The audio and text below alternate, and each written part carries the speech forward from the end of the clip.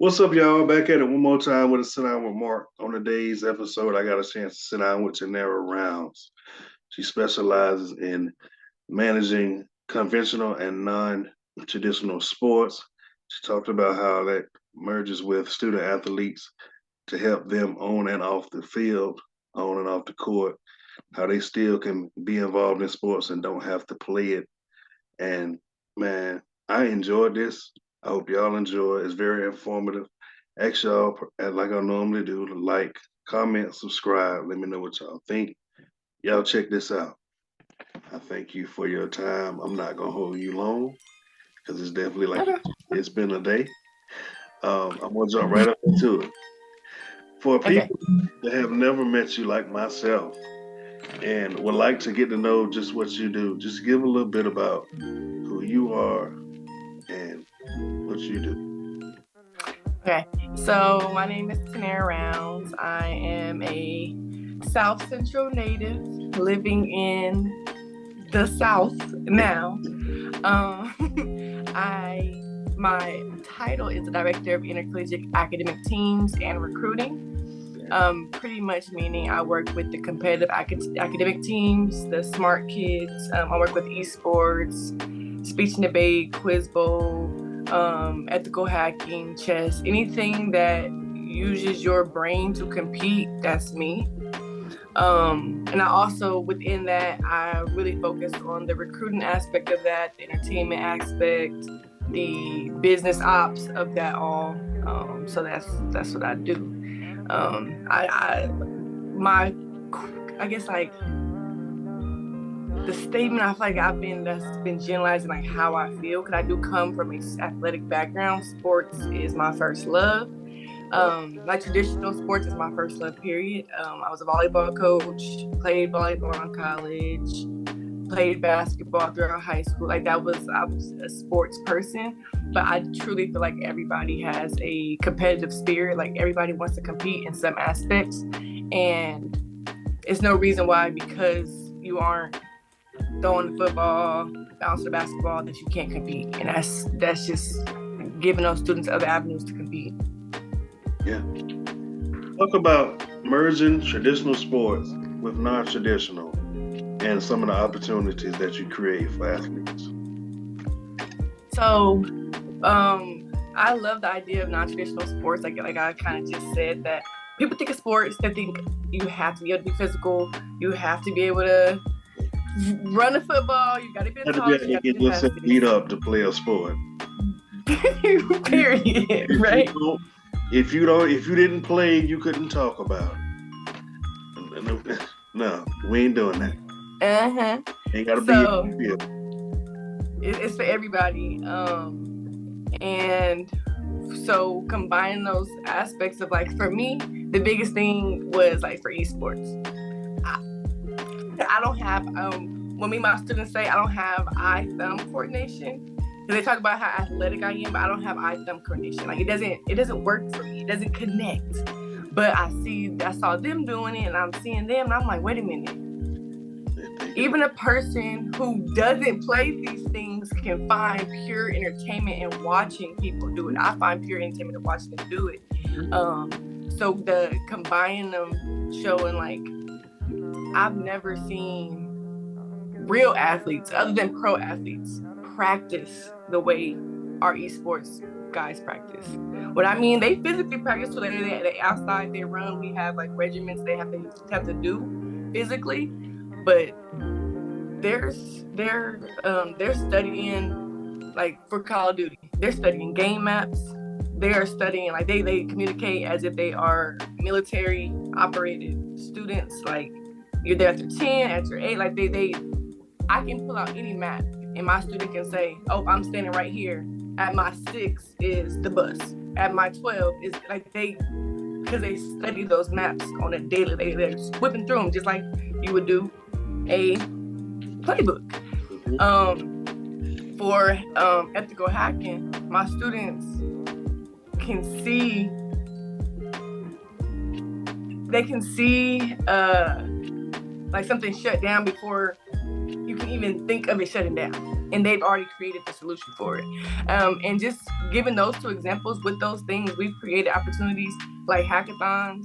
I've been able to send a few students to Harbor Hack, and if you don't know, I do work at HBCU. I'm an HBCU graduate. I work at the same HBCU that I went to school at, so I work at my alma mater.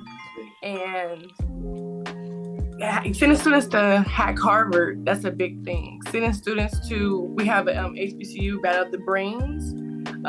It's a huge thing sponsored by the NFL, and then again, that's another way that the traditional sports and non-traditional sports are connecting now, where we need people. There are hackers who create these apps that we are gambling on and betting on and doing these things. Someone has to do it, you know, and it's their way to see, like, hey, this is where we can make money. This is how we can make it more entertaining. We get opportunities for a lot of young ladies on our esports teams who might not play video games, but you can't touch them on the production side. Can't touch them. So we have students who are shadow casting, live streaming, and it's a way for them to get outside, because people think, oh, everything I do is mainly behind the computer, right? Like hacking, you're in front of the computer all day.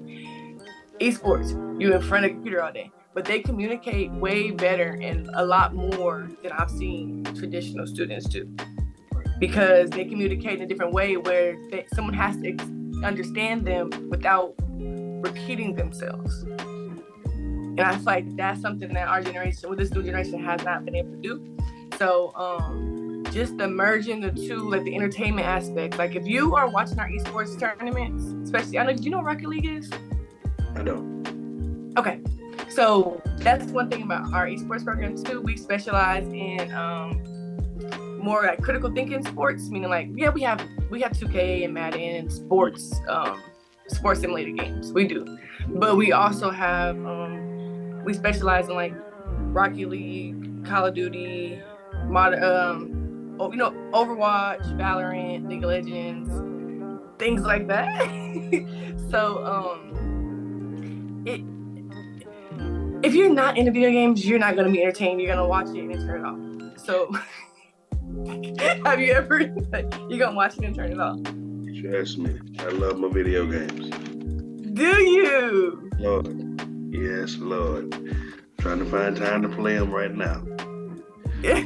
So when I get busy at work, I can go over there and just kind of learn how to play a little bit. But most of them, we do kind of just use keyboard now, just because it makes it more sense on the collegiate level, because it's just a faster way to compete. But things like Rocket League. So pretty much Rocket League, it's a bunch of cars playing soccer. For someone who doesn't play, that's what you're looking at. It's a bunch of cars playing soccer, right? They're trying to get this big metal ball into a goal. But I bring the entertainment and the sports aspect, where if you were closing your eyes and listening to it, you would think it was a Super Bowl game popping up. You got flashing lights. You got we put in faces to those game tags. So you had a game tag show for everybody else, but for us, we have our students cheering. We have media days. We have things like that where I feel like it is something that's different that other teams haven't done, and that like a trend. I won't say a trend we're starting, but especially the HBCU world that we're definitely like spearheading. So it's like, it's just opportunities, and then for them to make, people don't realize how much we let them live stream, Twitch, we let them do that too. So it's building their own accounts. So hopefully after graduation, they can make it monetary. Some of them already do right now in different aspects. So it works out. And then for like the hacking way, man, my students are getting internships and getting paid just based off of the competitions we're doing. And it's giving them internships that, they make more money than me during the summer. As a mentor and a director, you are known as a leader. Who were some of your influencers to get you where you are today? I feel like in different stages of my life, I've had different mentors. Some who were officially my mentors, and a lot who they didn't even realize I was looking up to them. One, I was raised I have 5 sisters. Strong. My parents are amazing, but the women in my life have been have always pushed me to do more. Just, and not on a survival aspect, off of a love aspect, like do more because you can do more because you're able to do more. So that, and then as I'm gotten older, my coworkers, mainly, okay, so I was a coach. So my AD, no matter what I did, he always told me how nosy I was, because I was like, oh, his name is AD Harry. His name is Kevin Harry, and I was under him, but he felt like I was just helping him with busy work. But I'm like, oh, you need help with that? Let me do it. And in that way, it just showed me, it gave me the confidence, like, man, I can be in this. Being so young, I was the youngest in the department at the time. I was 24, so I'm just like, whatever I can get my hands on, I'm doing it. And he influenced me and pushed me, and he actually was like, no, Tinaira can handle it. And he would put me in rooms where he like, no, Tinaira can do it. She got it. And it gave me confidence, and it gave those around me confidence. In the more recent years, Kiki Barnes has been such an influential person to me, the commissioner of the HBCUAC conference, the NAI conference, and then Coach Monique AJ Smith has been dope in pushing me to do, like, on the outside and the personal and like just the professional aspect. Like, and then on the esports world, the director of esports, Carlis, it's a guy I went to college with. Now we get to work with him. He's taught me so much in the technical and hacking the esports side, and he explains things in a way that empowers me to, okay, I can look to myself now. I can do this myself now. He's like, man, you got this. And I feel like it's just those people around me, a lot of Black voices, both Black men and women, who, they make me feel like if I went outside and jump up, I can go fly if I wanted to. And I feel like these people around me, and they know where I come from and know where I've been, and they definitely can see way further than I can see. Yeah, so it's been dope. Definitely gave you a lot of confidence too. Yeah. Oh yeah. At the end of your journey, how do you want your legacy to be remembered? I want people to remember that I saw them. I want students to remember, like, no, she saw me as a whole person, not just how I can benefit from them. You know, I want people to know, like, no, when I was in her presence, she helped me in some way, whether it be small, little, personal, professional. She made me feel safe in a space that I can go on. The same way the confidence I got from people, I want to give that to others.